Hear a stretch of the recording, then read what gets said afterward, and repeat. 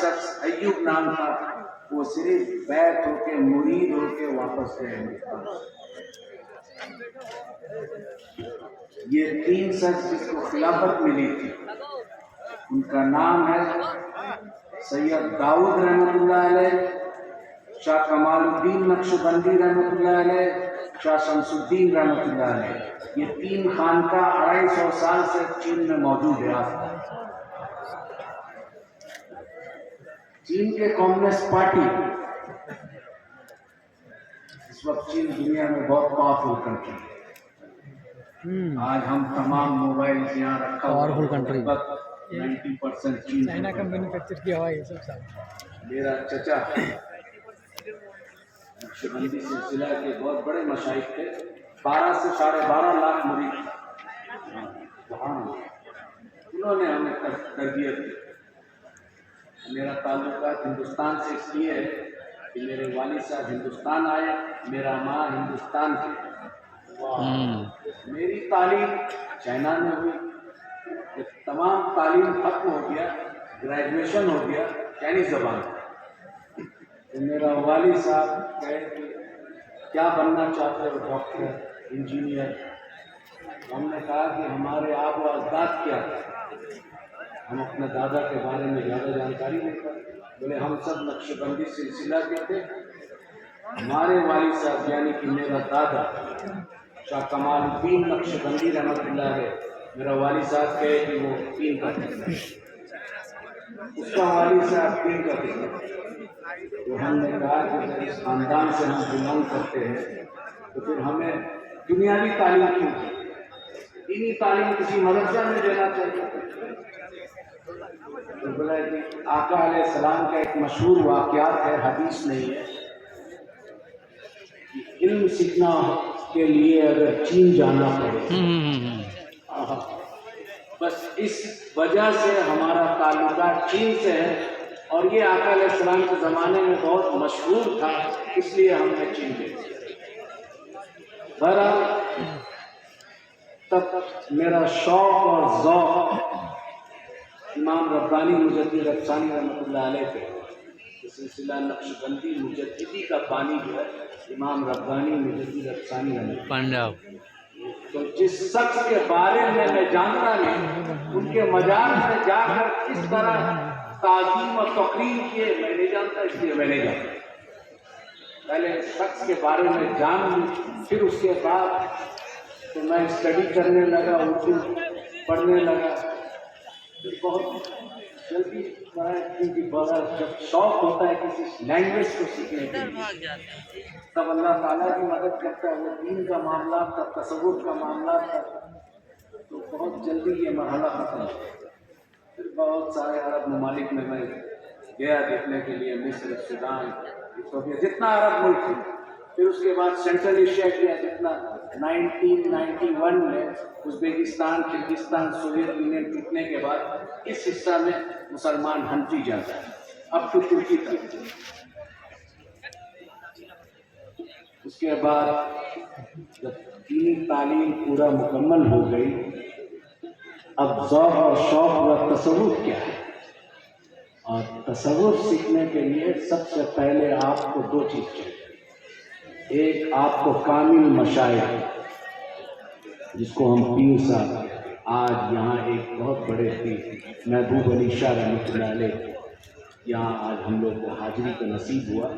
وہ کون شخص تھے، کیا تھے جو دنیا بھول نہیں پا رہا؟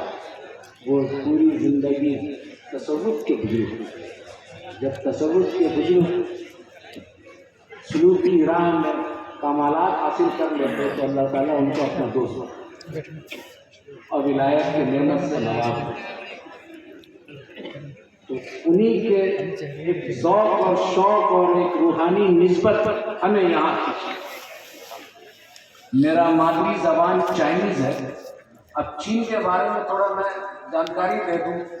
ہم رسول اللہ صلی اللہ علیہ وسلم کے تعظیم میں جب وہاں جمعہ کا نماز ہوتا ہے تو ہر مسجد میں جمعہ کے نماز کے بعد صلاۃ و سلام پڑھا جاتا ہے، اور جب صلاۃ و سلام پڑھا جاتا ہے، اگر یہ گاؤں سائڈ میں مسجد ہے تو وہ کسان لوگ کھیتی کرتا ہے، کچھ لوگ گاڑی سے جاتا ہے، تو جب یہ صلاۃ و سلام پڑھا جاتا ہے اور اس کا آواز جہاں تک جاتا ہے اوزار چھوڑ کے کھڑے ہو جاتے ہیں۔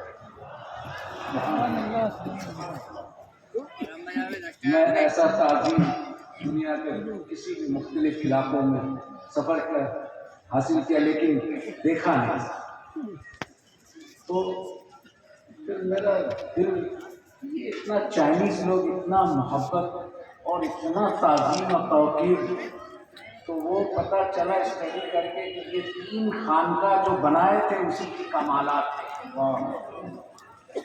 اب سوال اٹھا، کیونکہ تبلیغ جماعت کے لوگ بھی چین پہنچے تھے، پاکستان سے ان کا تعلقات اچھا تھا، تو جمعہ کے ٹائم یہ لوگ بیٹھے رہتے تھے، تو میرا چچا بولا کہ یہ پاکستان کا اور ہندوستان کا بھاشا تم لوگوں کا ایک ہی ہے؟ ہم بولا لگ بھگ ایک ہی ہے، اردو بولتے ہیں، ہندی بولتے ہیں، تو بولا سمجھ سکتے ہیں؟ بولا تو ان لوگوں کو کہو کہ آئندہ ہمارے مسجد میں نہ آئے، نماز پڑھ کے چلے جائے، دین نہ لے کے کیا سکھانے آئے؟ بولا کیوں؟ بولا حضرت سعد بن ابی وقاص رضی اللہ تعالیٰ عنہ چین میں آ چکے تھے، اس کے دین کو ہم پکڑیں گے، ان سے کہہ دینا کہ تم اپنا دین مبارک کو لے جاؤ۔ تو بولے کہ نہیں، یہ نماز میں بیٹھنا اور صلاۃ و سلام پڑھنا کھڑا کہاں سے ثابت ہے؟ دلیل دیجیے۔ وہ تبلیغ جماعت کے 16 آدمی تھے، آج تو تبلیغ جماعت چین میں بینڈ ہے، وہابی بینڈ ہے، صرف اگر چین کا سرکار اسلام کو قبول کرتا ہے تو وہ بولتا ہے کہ خانقاہ کے جیسا مسلمان بناؤ جو محبت پھیلائے۔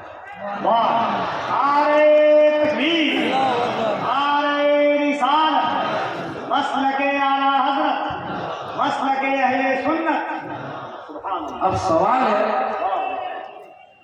عرب میں دیکھتا ہے لوگ، عرب سے اسلام کو قبول کرتا ہے تو وہ بولتا ہے کہ خانقاہ کے جیسا مسلمان بناؤ جو محبت پھیلائے۔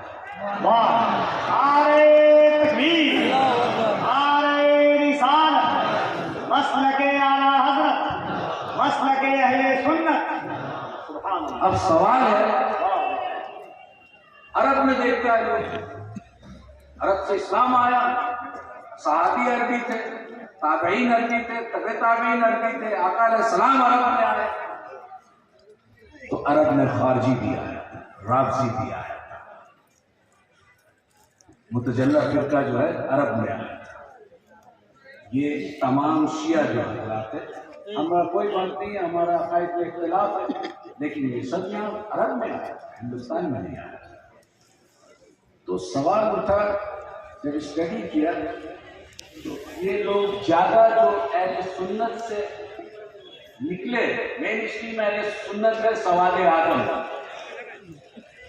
لیکن اس سے جو ساخے نکلا مختلف فرقوں میں بٹا، وہ تمام کے تمام فرقہ قرآن سے دلائل تھے۔ اب یہ تبلیغ جماعت کے لوگ ہوتے ہیں کہ کھڑا ہو کے ثابت کرو، یہ کرو، وہ کرو، تو ہم نے اس کو پوچھا، جواب دیا، لیکن میرا چچا یہاں پہ یہ ہے اور پیر صاحب ہے اور وہ پسند نہیں کرتے، لہٰذا آپ لوگ یہاں دین پھیلانے میں کیوں؟ آپ دلیل سے بات کیجیے۔ آقا علیہ السلام امام شافعی نے اس کے جواب دیتے ہیں۔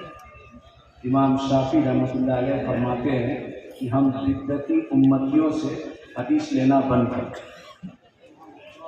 تو امام شافعی رحمۃ اللہ علیہ سے سوال کیا، یا محمد بن ادریس الشافعی، یا امام شافعی، امت میں بدعت کرنے والا، بدعت پھیلانے والا کون ہے؟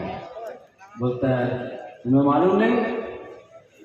امت میں بدترین امت وہ ہے جو آقا علیہ السلام کی تعظیم کے لیے دلیل کے قائل ہے، دلیل ڈھونڈتا ہے۔ آقا علیہ السلام کے تعظیم کے لیے جو دلیل مانگے وہ امام شافعی کے نزدیک بدترین امت ہے۔ جواب دیتے، تو ہم نے ان سے وہی دوہرایا، امام شافعی کے قول کو دیکھے، امام شافعی نے اس کا جواب دے دیا۔ اب کیا کہتے ہیں؟ بولا نہیں آپ دلیل دیجیے گا۔ ہم بولا دیکھو ایسا ہے، ایک حدیث ہے۔ بولا آپ عالم ہیں؟ ہم نے کہا کہ نہیں عالم نہیں ہے، ہم اپنے چچا کے ساتھ ہے، بہت سارا مطالعہ کیا کتاب کے۔ حدیث میں ایک روایت آیا ہے، حضرت بلال حبشی رضی اللہ تعالیٰ عنہ یہ اب اس وقت ہم آج کے جو ہے ایتھوپیا کہتے ہیں، تو ایتھوپیا سے 12-14 آدمی آقا علیہ السلام مسجد نبوی میں آئے. آنے کے بعد ان لوگ آقا علیہ السلام اور حضرت ابوبکر صدیق، عمر فاروق رضی اللہ تعالیٰ، عثمان غنی سب بیٹھے ہوئے صحابہ. تو یہ جو افریقہ کے لوگ 7 فٹ 6.5 فٹ کے لمبا موٹا چوڑا باڈی کا، یہ سب جو ہے جس طرح خانہ کعبہ کا طواف کرتے ہیں اسی طرح آقا علیہ السلام بیٹھے ہوئے اور چاروں یار سب صحابہ بیٹھے ہوئے. وہ ایک طرف اٹھ کے ایک پاؤں اٹھا کے محمد بن صالح، محمد بن صالح، اور ایک ہاتھ اٹھا رہے ایک ہاتھ ایسا کر رہے اور ایسا کر رہے. تو عمر بن خطاب رضی اللہ تعالیٰ نے کھڑا ہوئے، روکنے کا کوشش کی. آقا علیہ السلام فرمائے یا عمر بیٹھو، کر لینے تو پورا. پھر جب پورا ختم ہو گیا اب بیٹھے تو پھر آقا علیہ السلام عمر کو مخاطب کر کے اب پوچھو کیا. تو جب عمر بن خطاب پوچھے ان سے کہ تم لوگ یہ کیا کرتے ہیں، وہ جواب سن لیجیے. ہم اپنے راجا کا استقبال اس طرح کرتے، آپ 2 جہاں کے راجا ہیں تو آپ کا استقبال اس طرح نہ کروں. وہ اجمی تھے، عربی نہیں تھے. تو حدیث میں آیا یہ روایت. 12 توحید، کیونکہ اہل عرب جو خاص کر کے وہابی اپنے آپ کو سلفی یا ہندوستان میں اہل حدیث کہتے ہیں، وہ کہتے ہیں کہ اہل سنت کے پاس میں توحید نہیں ہے. ہمارے بزرگانے بھی گزر کے آئے ہیں، یہ سب توحید کے اس مقام پہ پہنچے جہاں پر توحید کے معرفت، اللہ کی معرفت حاصل کرتے. تم جو توحید کا بیان کرتے ہو، وسیلہ کو مانتے نہیں ہو، تو اس پر تھوڑا ڈیبیٹ ہوا ہم سے. ہم نے کہا کہ دیکھو خدا مت بنو. ہم خدا کیسے بنتے؟ معاذ استغفر اللہ. ہم بولا وہ رب جل جلال ہو کر اپنے توحید کو بیان کرتا ہے تو کیا کہتا ہے؟ قل هو اللہ. کہہ دیجیے اے میرے محبوب قل. قل اس کا معنی کون ہے یہ سمجھو. قل کہہ دیجیے. اس سے کہتے ہیں میرے بندوں سے آپ اپنی امتیوں سے وہ اللہ ایک ہے. تو اللہ رب العزت اپنے توحید کو بیان کر رہے وسیلہ رسالت سے، اور تم بندہ ہو کر وسیلہ رسالت کو ہٹا کے خدا کی طرف پہنچنا چاہتے ہو. یہ تو ناممکن ہے، یہ تو خدا کا سنت بھی نہیں. اس توحید کو لے جاؤ، یہ شیطانی توحید ہے.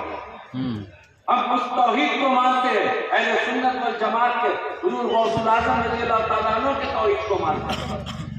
ابھی ایک علامہ نے کہا، تیغ علی شاہ، میرا ایک نسبت حضرت تیغ علی شاہ رحمۃ اللہ علیہ کے خلیفہ تھا کہ عبد الغفور، ان کا ایک خلیفہ تھے جو بنگلہ دیش میں ہے، شاہ نبی بخش. ان سے بھی استفادہ کا موقع ملا تو وہ جب بزرگوں سے آپ استفادہ کرتے ہیں، ان کی ڈیوٹی سیدھی کرتے ہیں، ان کا کچھ فیض تو ملتا ہے. جب وہ فیض ملتا ہے تو پھر آپ بے خوشبو والا پھول، لیکن خوشبودار پھول کے ساتھ جب جڑتے ہیں تو اس کی تاثیر جو ہے آپ کے اندر آنے لگتا ہے، تو آپ کا بھی مہک ہونے لگتا ہے. تو یہ توحید چھوڑ دو، کیونکہ رب ہو کر وسیلہ رسالت سے اپنا توحید بتاتا ہے، اور تو بندہ ہو کر رسالت کو ہٹا کے ڈائریکٹ خدا تک پہنچتا ہے تو خدا کا سنت نہیں، اور تو خدا ہی جانا. یہ سنت، یہ توحید نہیں چاہیے.